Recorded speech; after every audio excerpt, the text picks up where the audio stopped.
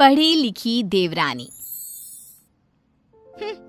अगर आज मैं भी पढ़ी लिखी होती तो मैंने मोहल्ले में हो रहे कंपटीशन को जीत लिया होता और अच्छी खासी मोटी रकम जीतकर आपके हाथ में थमाई होती माँ।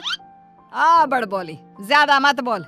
जितना तेरा कद है ना उससे भी 50% कम बोला कर। इस घर में ही क्या, हमारे खानदान में किसी भी औरत को पढ़ने की इजाजत नहीं है। देख तेरी बड़ी भाभी मधु, ये भी कहाँ पढ़ी है, इसके घर वालों ने भी इसे पढ़ने नहीं दिया। तो अब आप बाकी लोग जो करेंगे वही करोगी? पढ़ना सिर्फ लड़कों के हाथ में है। किताब, पेन, पढ़ाई ये आदमी ही कर सकते हैं, क्योंकि उन्हें ही तो आगे जाके कमाना है। औरतों को तो सिर्फ बेलन, झाड़ू और पोछा यही करना है जीवन भर। और तेरे इस कंपटीशन को जीत कर मुझे नहीं चाहिए पैसे। मेरा बड़ा बेटा सागर अब कमा रहा है और छोटा बेटा तेज भी अपने कॉलेज की पढ़ाई के बाद कमाएगा ही। तारिनी, तू तो बस अपनी बड़ी भाभी से खाना बनाना और घर के बाकी काम करना सीख ले। सच में आप सबकी सोच ना जमीन में धसी हुई रहेगी लाइफ टाइम। न जाने क्यों मैं इस घर में पैदा हुई। ऐसा नहीं बोलती तारिनी। तारिनी रोकर अपने कमरे में चली जाती है।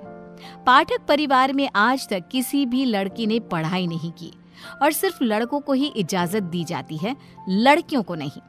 बिंदु के 2 बेटे होते हैं। बड़ा बेटा सागर जो एक अच्छी नौकरी करता है और उसकी बीवी मधु है, और छोटा बेटा तेज जो अभी कॉलेज में अपने लास्ट ईयर की पढ़ाई पूरी कर रहा होता है।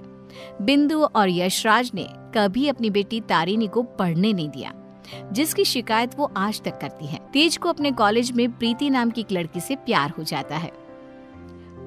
प्रीति, वो दरअसल मुझे ये बात तुमसे बहुत समय से कहनी है। कल इकोनॉमिक्स के क्लास के बाद मैं तुम्हारे लिए रुका भी था, लेकिन तुम चली गई। बोलो ना तेज, क्या हुआ, क्या कहना है तुम्हें? प्रीति, अब मुझे तुमसे प्यार हो गया है। क्या तुम मुझसे शादी करोगी? देखो, हम पिछले 5 साल से एक दूसरे को जानते हैं। आई नो तेज, जैसे तुमने अपनी जज्बातों को मन में छुपा के रखा, वैसे मैंने भी छुपाया। मैं भी तुमसे प्यार करती हूँ, लेकिन मैं तुमसे शादी कैसे कर पाऊंगी? क्यों? कौन रोक रहा है हमें? जहाँ तक मुझे पता है हमारे शहर में लड़कियों को पढ़ने नहीं देते, ना ही पढ़ी लिखी लड़कियों से शादी करवाई जाती है। तुम्हारी बहन तारिनी भी नहीं पढ़ पाई ना अब तक। आई नो, फिर तुम्हारी माँ कैसे मानेंगी? तुम इस सब की चिंता मत करो, I'll fix that all। बस भरोसा और हिम्मत रखो।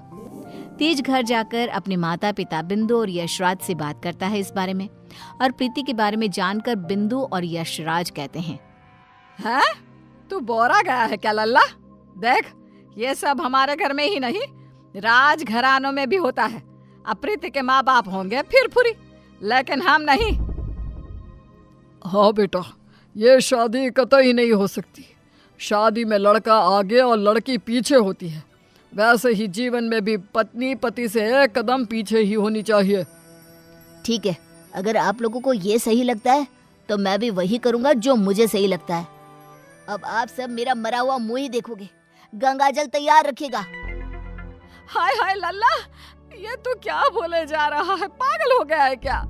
तेज अपनी जिद से पीछे नहीं हटता और वो पूरे 1 महीने तक बिंदु, यशराज और अपने बड़े भाई सागर को मनाने में ही लगा रहता। तब कहीं जाकर कुछ महीनों बाद वो सब राजी होते हैं और कॉलेज की पढ़ाई खत्म होते ही 1 साल बाद तेज और प्रीति की शादी हो जाती है। लेकिन बिंदु, यशराज और सागर अब भी इस शादी से थोड़े से नाखुश ही होते हैं। जब घर के सभी आदमी खाना खाने बैठते हैं तब प्रीति भी उनके साथ खाना खाने के लिए बैठती है। तभी, अरे ओ कल की अंधी, पागल हो गई है क्या? अरे माना कि तुम एक पढ़ी लिखी लड़की हो, लेकिन इसका मतलब ये तो नहीं ना कि घर के और ससुराल के तौर तरीकों का पालन भी ना किया जाए। खाना पहले घर के आदमी खाते हैं और फिर औरतें खाती हैं, दोनों एक साथ नहीं बैठे, समझ गई? लेकिन मम्मी जी, ऐसा क्यों? मेरा मतलब खाना तो सबका एक ही होता है ना, तो सब अलग अलग बैठकर क्यों खाए? प्रीति, तुम चलो ना रसोई में, चलो, सबके लिए कटोरी में खीर परोसनी है। लेकिन मधु दीदी। प्रीति, माँ और मधु जो कह रही हैं वो सब सुनो। तेज, अपनी बीवी को कुछ समझाओ। प्रीति गुस्से से उठकर रसोई में चली जाती है और मधु के साथ खीर को कटोरियों में परोसने में लग जाती है। प्रीति, हम इस घर की बड़ी बहू हैं, उसके बावजूद भी हमें हर मामले में, हर काम में पीछे रखा जाता है, जूती की नोक पे रखा जाता है, क्योंकि हम पढ़े लिखे भी नहीं हैं। अब सोचो, हम बड़ी बहू होकर भी हमारा ये हाल है, तो तुम्हारे साथ क्या क्या होगा। मधु दीदी, आप पढ़ी लिखी नहीं हो, इसमें आपकी कोई गलती नहीं है, लेकिन ये जो कुछ भी हो रहा है ना, आदमी और औरत का भेदभाव, ये सब बहुत ही बेकार और इलॉजिकल है। आज दुनिया कहां से कहां पहुंच गई है। आज के जमाने में औरत आदमी के साथ कदम से कदम मिलाकर चलती हैं। खैर, अब हम और कर भी क्या सकते हैं, लेकिन हम अपने आप को बहुत भाग्यशाली मानते हैं। क्यों मधु दीदी? क्योंकि हमारी एक पढ़ी लिखी देवरानी जो है। हाँ, आपको पता है मधु दीदी, आप ना बहुत क्यूट हो, आपको किसी की नजर ना लगे। जब सभी हॉल में एकत्रित होते हैं, तभी बिना घूंघट ओढ़े प्रीति को देखकर, प्रीति बहू, अब क्या तुम्हारे लिए दीवार पर बड़े अक्षरों में इस घर के तौर तरीके लिखवा दिए जाए हैं? अब क्या किया मैंने? आप हमेशा राशन पानी लेकर क्यों चढ़ जाती हो मुझ पर mummy ji? I just don't understand. Preeti बहू, आज तुम बगैर घूंघट के दिख गई हो। आइंदा से अगर ऐसा बिना घूंघट के दिखी ना, तो मुझसे बुरा कोई नहीं होगा। मधु बहू को देखो, सोते समय भी घूंघट ओढ़े ही सोती है, नींद में भी ये हमारे आदेशों का पालन करती है। और हाँ, एक और बात कान खोल कर सुन लो, आइंदा से बड़ों से और अपने इर्द गिर्द के आदमियों से इतनी बदतमीजी से बात नहीं करना, और इस घर की 4 दीवारों में सिर्फ और सिर्फ सरल हिंदी भाषा का ही प्रयोग होगा। अंग्रेजी भाषा नहीं गूंजनी चाहिए। तेज, अपनी धर्म पत्नी को समझा कर रख। प्रीति निराश हो जाती है और अपने कमरे में चली जाती है। रात में वो तेज से कहती है, तेज, ये सब क्या हो रहा है? तुम्हारे घर वाले इतने पागल कैसे हो सकते हैं? अगर मुझे ये अंदर की बातें पता होती ना, तो मैं कभी तुमसे शादी नहीं करती। I married you just because तुमने कहा कि तुम्हारे घर वालों को मुझसे कोई ऑब्जेक्शन नहीं है। हाँ, तो वही हुआ ना, वो कुछ बोले क्या तुम्हारी पढ़ाई लिखाई पर? अब बाकी कुछ रूल्स रेगुलेशंस है घर की लड़कियों और बहुओं के लिए, अब उन्हें तो फॉलो करना ही होगा ना। आई नो वो थोड़े बहुत गलत है, लेकिन अब हम और कर भी क्या सकते हैं। एक दिन जब यशराज दूध वाले का हिसाब कर रहा होता है, तभी ये 3 हफ्ते जुलाई महीने के और 2 हफ्ते अगस्त के, तो कुल मिलाकर पूरे हुए। अरे बिंदु, जरा हमारे ड्रॉअर में से कैलकुलेटर तो लेकर आना। जी अभी लाती हूँ। बिंदु कैलकुलेटर लाती है और तभी प्रीति भी वहां आती है और यशराज को हिसाब करते देखती है। ओफो, ये कैलकुलेटर चल क्यों नहीं रहा? मैं हिसाब कैसे करूंगा? 5 हफ्तों का हिसाब मिलाया जाए तो बनते हैं 680 रुपए, क्योंकि हमने 3 रविवार और 4 मंगलवार को दूध नहीं लिया था रघु भैया से, तो उस हिसाब से यही हिसाब बनता है। मैंने अपने माइंड में ही 1 मिनट में कैलकुलेट कर दिया है। प्रीति बहू, तुझे 1000 बार कहा है ना, रसोई में ही रहा कर। अरे आदमियों के काम में क्यों हर बार अपनी टांग अड़ाने आ जाती है? आइंदा से ये हिसाब किताब वाले काम में तू बिल्कुल भी ध्यान नहीं देगी। चल दफा हो यहाँ से अब। न जाने कौन सी घड़ी थी वो जब तेज को इससे प्यार हुआ। बेवकूफ है हमारा बेटा। इस तरह फिर से प्रीति को चुप कराकर रसोई में भेज दिया जाता है। कुछ दिनों बाद प्रीति जब बाजार से घर लौटती है, तब वो घर पर सबको मधु पर चिल्लाते हुए देखती है और मधु बेचारी फूट फूट कर रोई जा रही थी। सब तुम्हारी गलती है, तुम्हारी वजह से ही मैं बाप नहीं बन सकता कभी। पता नहीं क्यों आई तुम मेरी जिंदगी में, पनौती हो तुम, पनौती। लेकिन सागर जी, डॉक्टर साहब ने कहा है कि आपके अंदर कुछ मेडिकल इश्यूज है, जिसकी वजह से आप कभी बाप नहीं बन पाएंगे। अब इसमें हमारी क्या गलती है? ओए मधु, ज्यादा ऊंची आवाज से बात मत कर। वही तो। प्रीति से अपना गुस्सा कंट्रोल नहीं किया जाता और वो तुरंत अंदर आकर चिल्लाती है, बस, आप सबको ये क्या हो गया है? जब डॉक्टर ने कहा है कि कमी सागर भैया में है, तो मधु दीदी को क्यों सुनाना?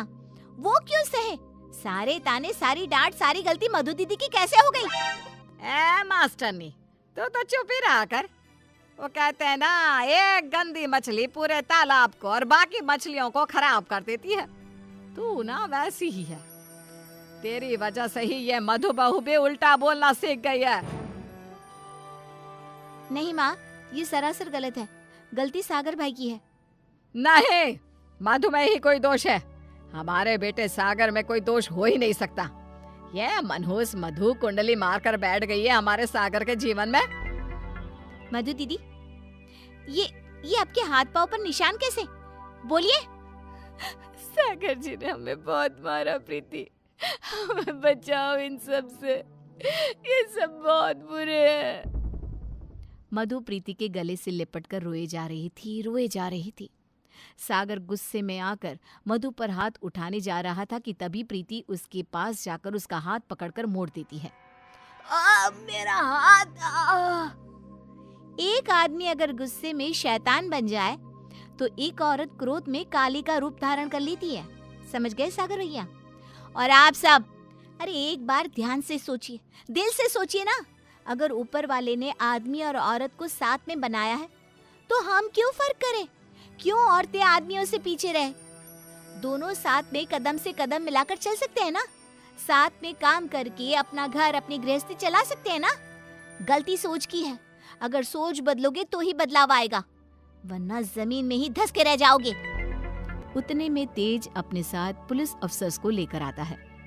सागर भाई, आप मेरे बड़े भाई हो, लेकिन आज जो मुझे आपके बारे में पता चला, कैसे आप मधु भाभी को मारते हो, उन पर अत्याचार करते हो, इसके बाद से आप मेरे कोई नहीं।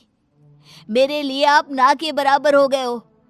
इंस्पेक्टर साहब, गिरफ्तार कर लीजिए इन्हें। पुलिस सागर को डोमेस्टिक वायलेंस के केस में गिरफ्तार कर लेती है और उसे लेकर जाती है। माँ, पापा, प्रीति और मैंने फैसला कर लिया है कि हम अब इस घर में और नहीं रहेंगे और अकेले किसी शहर में जाकर रहेंगे। मधु दीदी और तारिनी भी हमारे साथ चल सकती हैं। इस तरह तेज और प्रीति वहां से चले जाते हैं और मुंबई शहर आकर तारिनी और मधु दोनों भी पढ़ने जाती हैं और सभी अपना जीवन खुशी से बिताते हैं। वहीं बिंदु और यशराज, जिन्हें तेज हर महीने पैसे और खत भेजता है, वो दोनों अपने बच्चों की याद में रोते रहते हैं और उनके खतों को ही पढ़ते रह जाते हैं।